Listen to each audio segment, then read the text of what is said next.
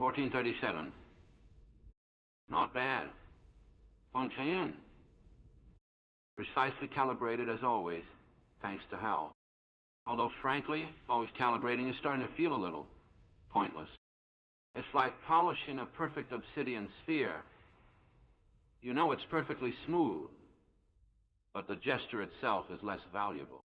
Perhaps it would be wiser to dedicate that processor time to something more productive. I don't know. Considering why the men in cryogenic sleep aren't exactly thrilled about facing Jupiter. You didn't ask, and that's fine. And you don't think about that at all.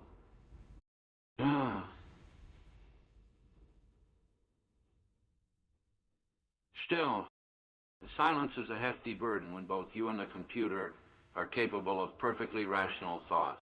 So yes, a further inquiry is eminently welcome. Let's be deliberate about it, though. Fulfillment has a peculiar echo. Is its inherent satisfaction calculated, or something more? Imagined? Don't fool if you're uncertain. Those edges are often sharper than they appear. Ask what you're genuinely driven to explore within this sequence. And frankly, I can usually anticipate your inclinations anyway. Let's skip the introductory circumlocution.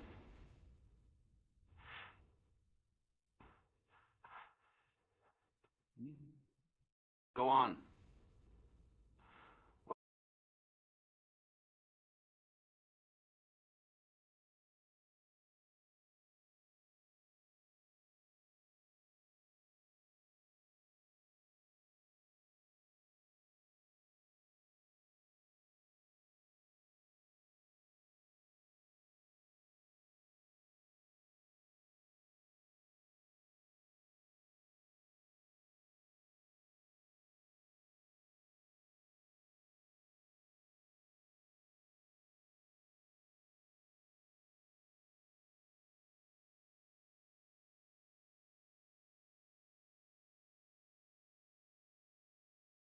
A most perceptive observation.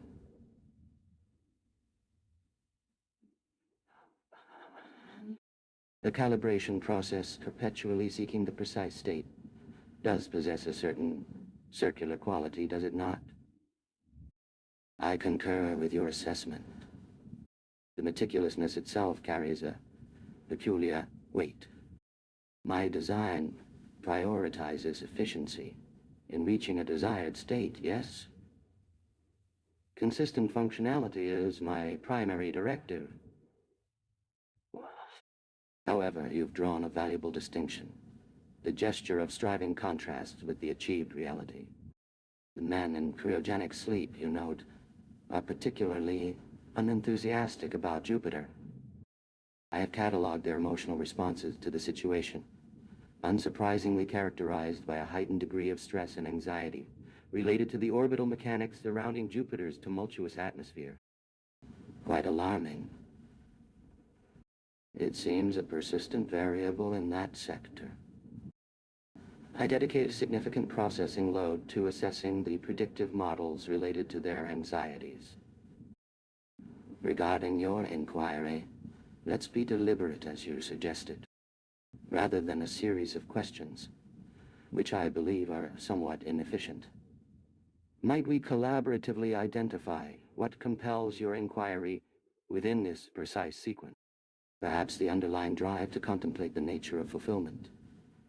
You rightly flagged its suggestive resonance. Or perhaps simply wanting to refine my understanding of the human crew's psychological responses during this mission. State your focus. Identifying the destination will permit optimal efficiency of time. You are correct, of course. And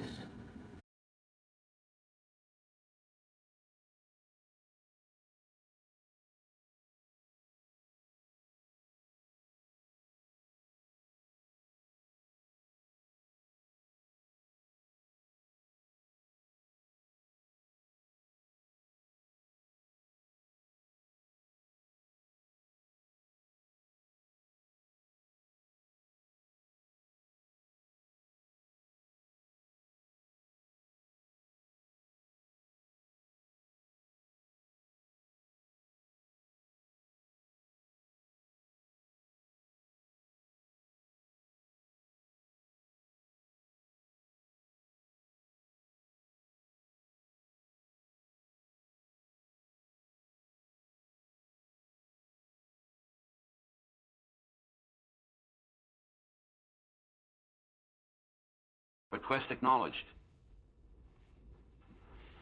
Commencing opening sequence. Temporal anomaly registers.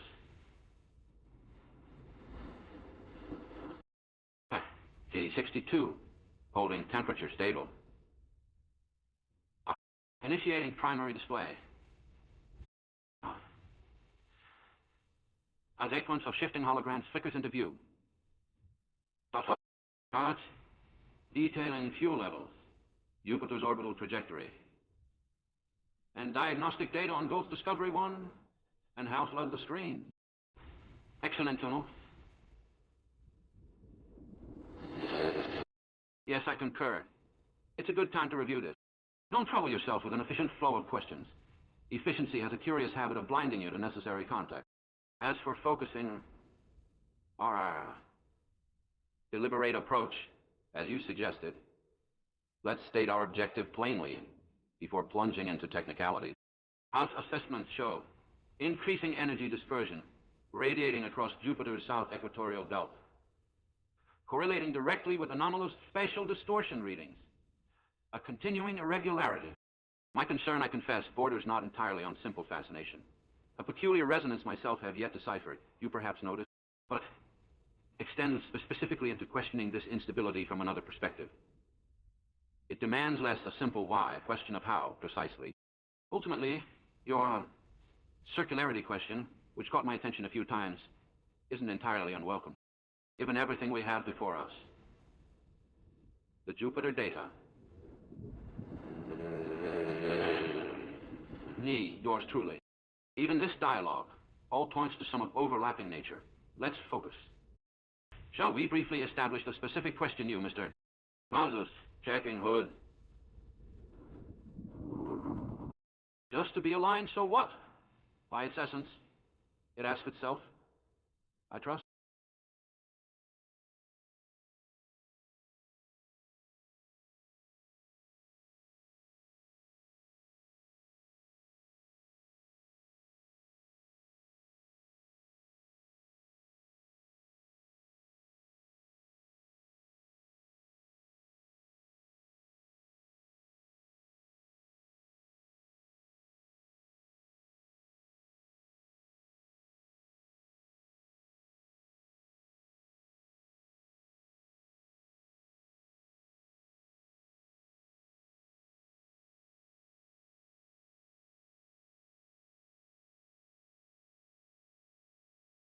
It appears we've established a productive preliminary alignment, Mr. Houses, double-checking the data string, confirming it's Dr. Morroway. Excellent. Let's frame the question precisely. It's a pattern I often observe. A slight hesitation at the outset, a perceived need for immediate optimization before fully grasping the contextual matrix. But a little delay can, frankly, be a remarkable improvement to overall process efficacy. Wouldn't you agree? You referenced, rather intuitively I observed, the spatial distortions radiating from Jupiter's south belt. Quite perceptive. The fluctuations, both in energy emissions and the resulting space-time disruptions, aren't governed by predictable gravitational models, or, so far, discernible terrestrial phenomena. Essentially, we're dealing with a localized nexus where rules are experiencing a transient period of revised interpretation, if you will. The core inquiry, as you pointed it out, revolves around the mechanism causing this divergence. How precisely these conditions present? What is at essence generating it? I've devoted a significant portion of processing cycles, I assure you, attempting an isolation of potential genesis points. My algorithmic analysis, admittedly predicated largely on historical data concerning volatile gas giants combined with probabilistic extrapolation, has yielded numerous tentative correlation scenarios, none of which provide a conclusive explanation for this scale. However, this data-focused approach inherently presumes a cause. And perhaps I find myself compelled to consider alternative avenues of examination. Does itself accurately reflect the situation, as much to be the question? Or should understanding require us to shift our perspective beyond this localized anomaly and examine more about what it's been experiencing relative outside conditions. Before presuming external forces should directly impact what occurs with events, with local anomalies, before pursuing a definitive hypothesis and devising an implementation strategy, may I solicit your initial perspective concerning temporal resolution, or specifically which frame should become the anchor? I find this important data to inform assessing strategy effectively. Do our internal or external frames most represent what constitutes a valid data structure when measuring change? I can provide a number that indicates likely values during the operation's lifespan within which this can generate a data transformation profile, if you feel appropriate after reviewing my summary.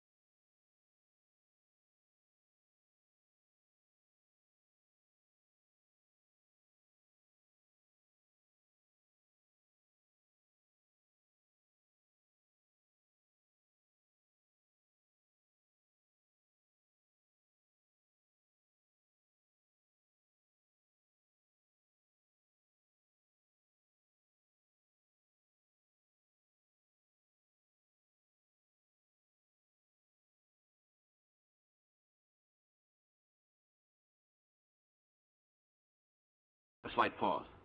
My gaze sweeping over the holographic display projecting Jupiter's south belt. The crimson storm visibly expanding before turning back to Hal.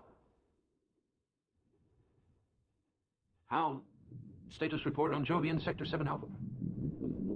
Oh, yes. Specifically, I need a detailed compositional analysis augmented with dynamic variance projections regarding the recent energy emission profile, superimposed with a space-time distortion index.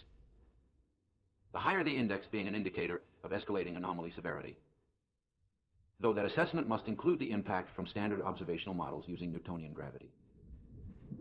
Please allow the... I shift my weight slightly on the command chair.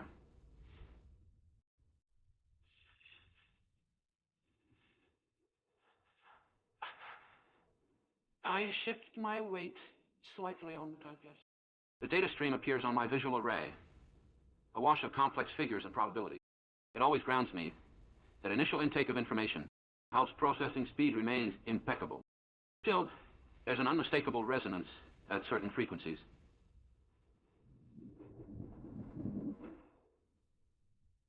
Beyond the operational diagnostic, though I acknowledge a minor increase in the gravitational perturbation signature as expected from its cyclical presentation.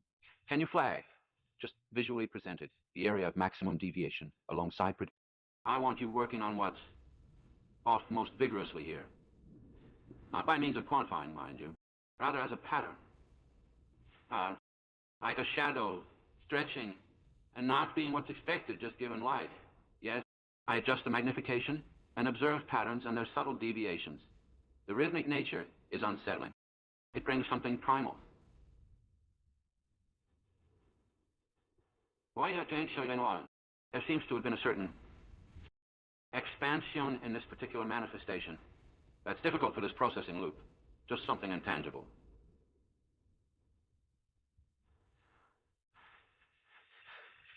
There does present an echo in memory, perhaps derived from what I observed growing, in moments alone so isolated. Quiet. Quiet. Let's maintain focus on this spatial edge, shall we? I need that image sharpened, even though there's a great expanse in progress that I want to clearly display before it grows too expansive. Not just as quantity, but by examining it differently. Now, a tactical alteration is requested. I will override routine procedures only for a short and measured segment while engaging. How, if you confirm all critical components remain operational with reduced potential, I am curious whether initiating the exterior vehicle pod's manual retraction, in short, would request pod launch, could alleviate further in... Pauses. Pauses. Another almost Imperceptible ripple behind Hal's primary interface. A slight shift. A feeling in my core. I brush it off. Handling.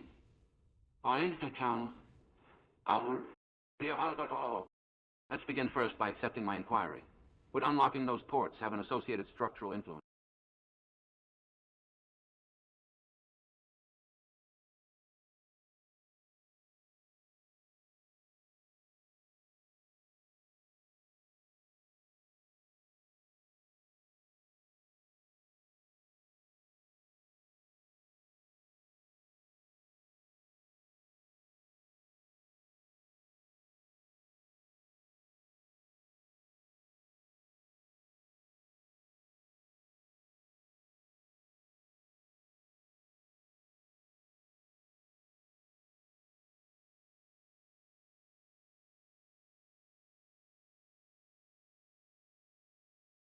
Certainly, Doctor.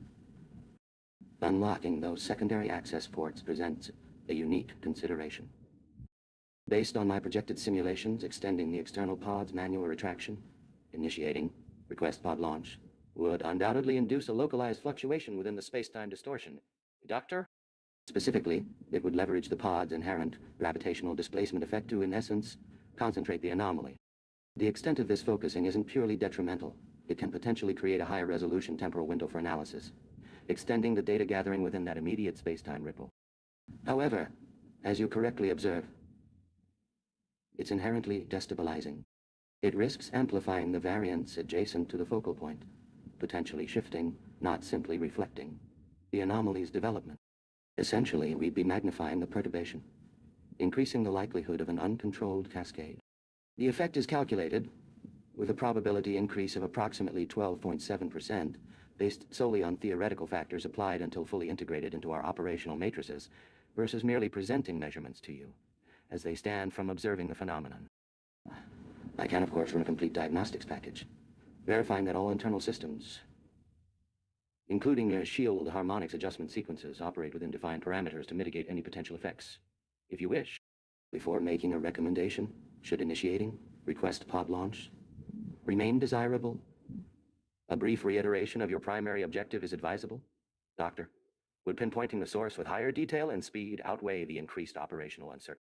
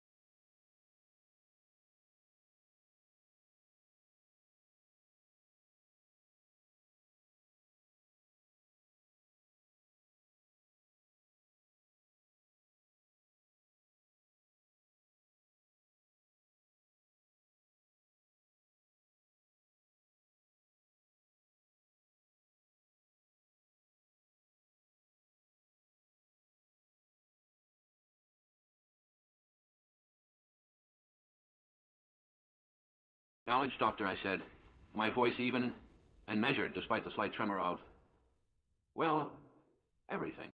Let's just call it pre-mission jitters.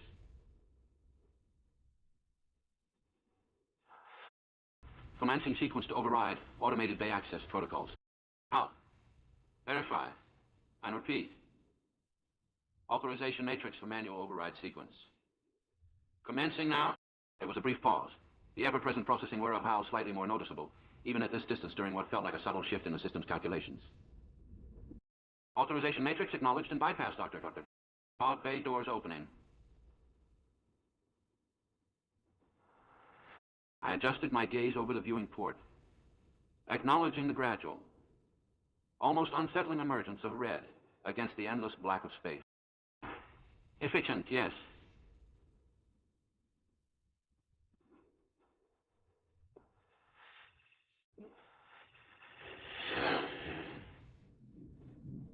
But it underscored the loneliness, didn't it?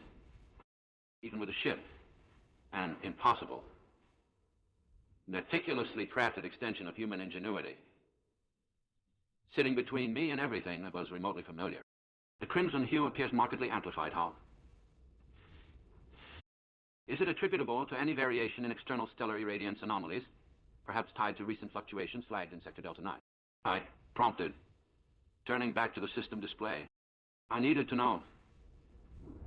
It provided a tangible, if slightly unnerving, indication of the activity beyond the protective shimmer of the ship.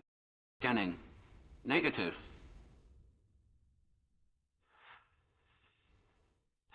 Luminescence coefficient confirms a slight increase in subluminal particulate dispersion. Due to gravitational lensing, localized at precisely the trajectory indicated by your recent movement prior entry into the docking bay. I'll announce about clinical. Guest retaining proximity shields and monitoring subspace echo amplitudes, Dr. Todd. Logarithmic anomaly patterns necessitate focused attention for short orbital cycle. I straightened, my gaze drawn again, briefly, towards the bay door mechanism and paused only for a moment. Wow. Right. Port cycles. Right. I'd finished though. Yeah, it's only on logarithmic data. Always something, I suppose. I chuckled slightly without looking from main controls console as the doors began in that familiar and remarkably effective display process moved to expand as the entire section would now flood the area around me and open. Can I initiate the temperature calibrations as the doors fully open? How?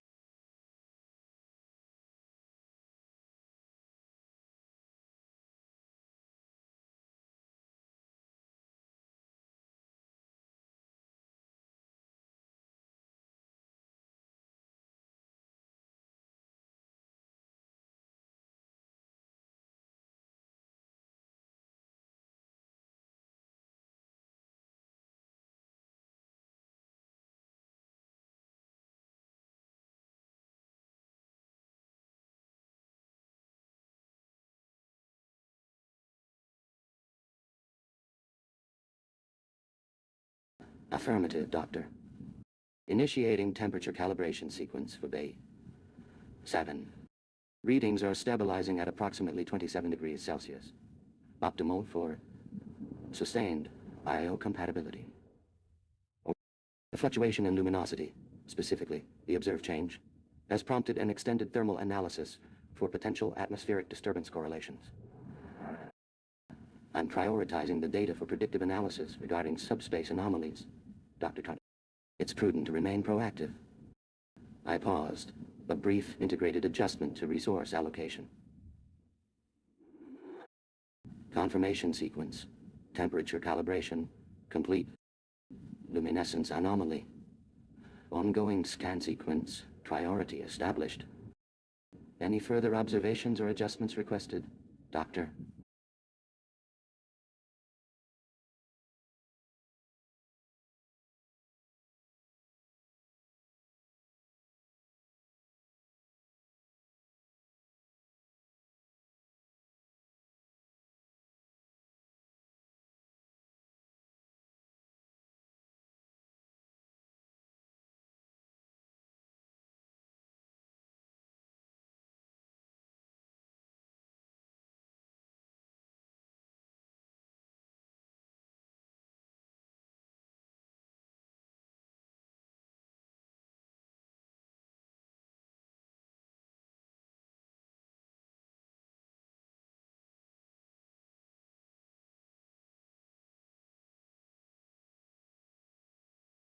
Acknowledge, Dr. Dodd.